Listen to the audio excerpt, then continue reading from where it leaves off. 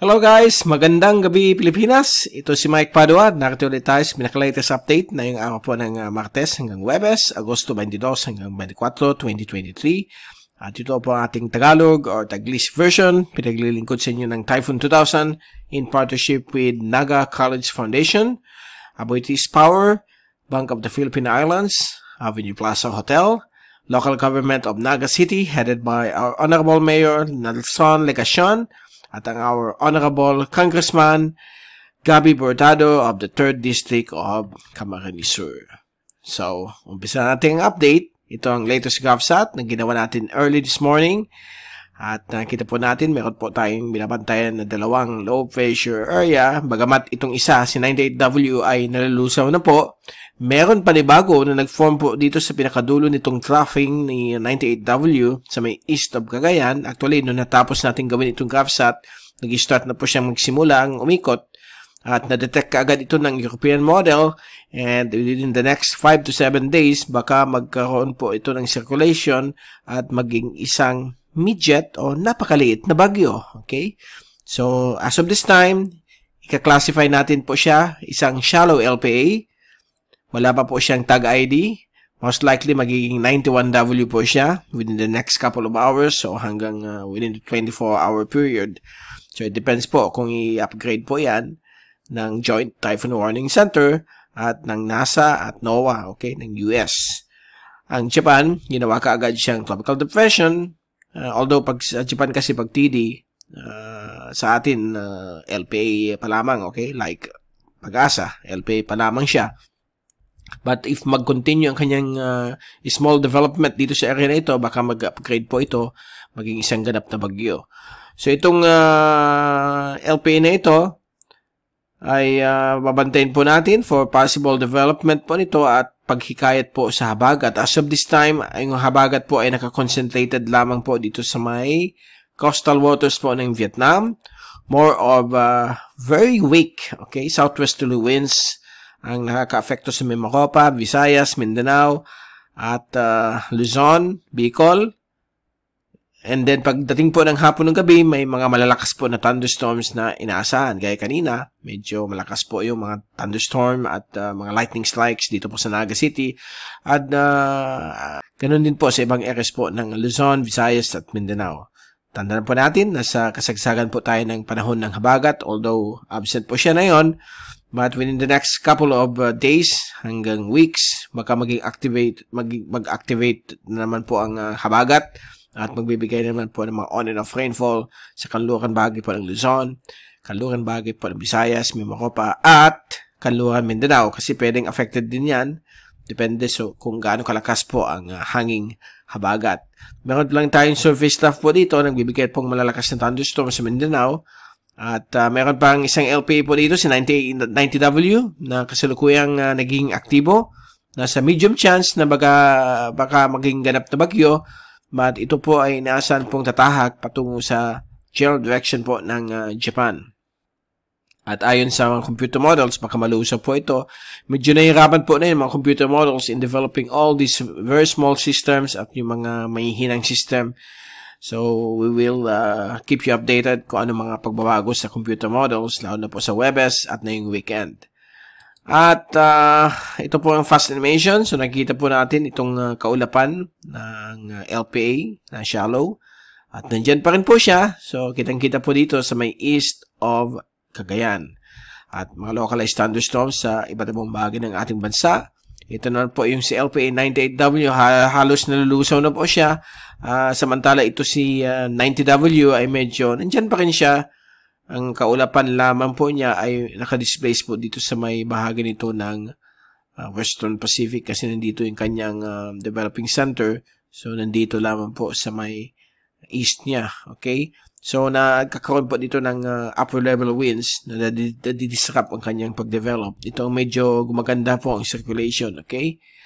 So, ito po yung zoom in satellite animation mula sa windy.com, UMETSAT. At ayan po, kita po ninyo, within the past 6 hours, simula kaninang 2:30 hanggang sa mga oras nito, alas 8, ay mayroon pong mga pasulpot ng mga thunderstorms. Sa mga oras ito, may malakas na thunderstorm po sa may Metro Manila at southern sections ng Central Luzon. Sa Bicol, kanina natapos lamang. So, baka may mga inaasahan pa rin mga thunderstorms, mga isolated ones. At dito rin po sa may Visayas at Mindanao. So, ito po yung LPA na shallow na binabantayan natin. Bukas po sa ating next graph sat, ilalagay na po natin yan. At medyo maliit po siya, okay? Midget system. At yan po ang pinapakita ng mga computer models. Lalong-lalo na po itong finofocus nating 3-day outlook mula sa European model. So, ngayon po, ayan po yung LPA. Napakaliit. Okay? Dito po siya. At ito yung isang LPA. Yung isa, medyo nalusaw na po. Bukas po ng hapon, yung LPA ay mag-accelerate towards the northwest. Samantala ito ay lalapit po sa may Northern Marianas. And Webes po ng hapon, ito po ay aabot po sa may silangan po ng Taiwan. And then ito naman pong LPA ay mukhang lalaki po siya. Magiging isang classic example ng monsoon depression. At magkakaroon po ito ng influence dito po. Since malaki po siya, baka i-push po ito pababa dahil napakaliit po itong si shallow LPA.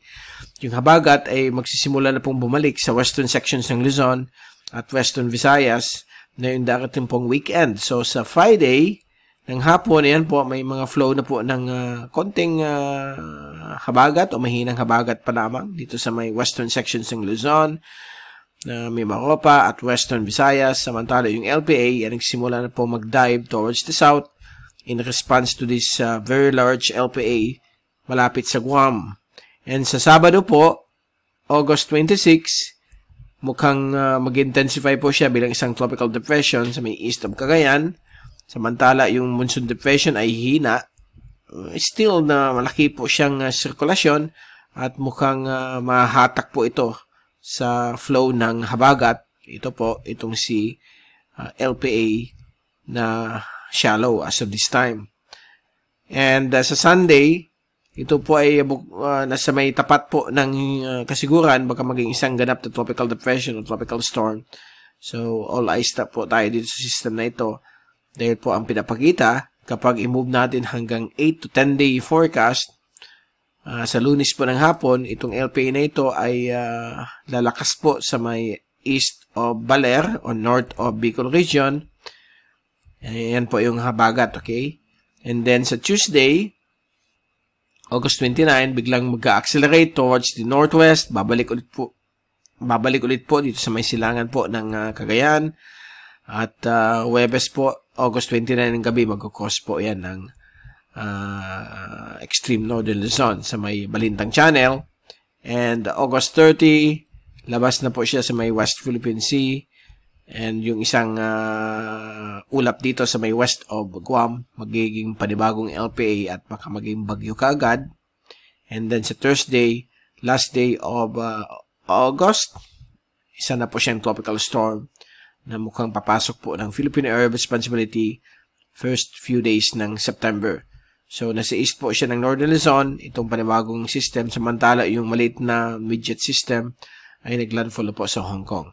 So, itong forecast na ito, simula Monday next week, ay highly uncertain. Hindi pa po natin sure yan. So, we will await more updates mula sa European model.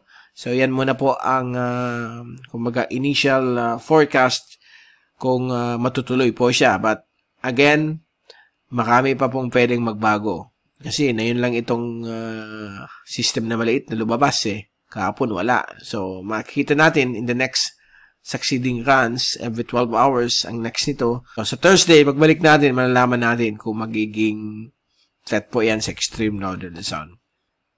So, let's hope and pray na sana hindi matuloy. But, ganun talaga po ang nature. Pag matagal po tayong walang ulan, walang habagat, babalik ulit yan. Nakikita po natin na yung last week of August hanggang first 1 or 2 weeks of September, nandyan na naman po ang hanging habagat, nandyan na naman po ang mga sunod-sunod na mga tropical cyclones, dahil po yan po ang part ng nature, nauulit po yan, at lalong-lalo na ngayon, meron po tayong El Nino, so expect po na natin na nagkakaroon po ng ganyan na situation. Medyo hindi po normal ang panahon natin. kulang ulan. But, yun nga, ang threat ng mga bagyo, yun po ang medyo winuwari natin. Okay?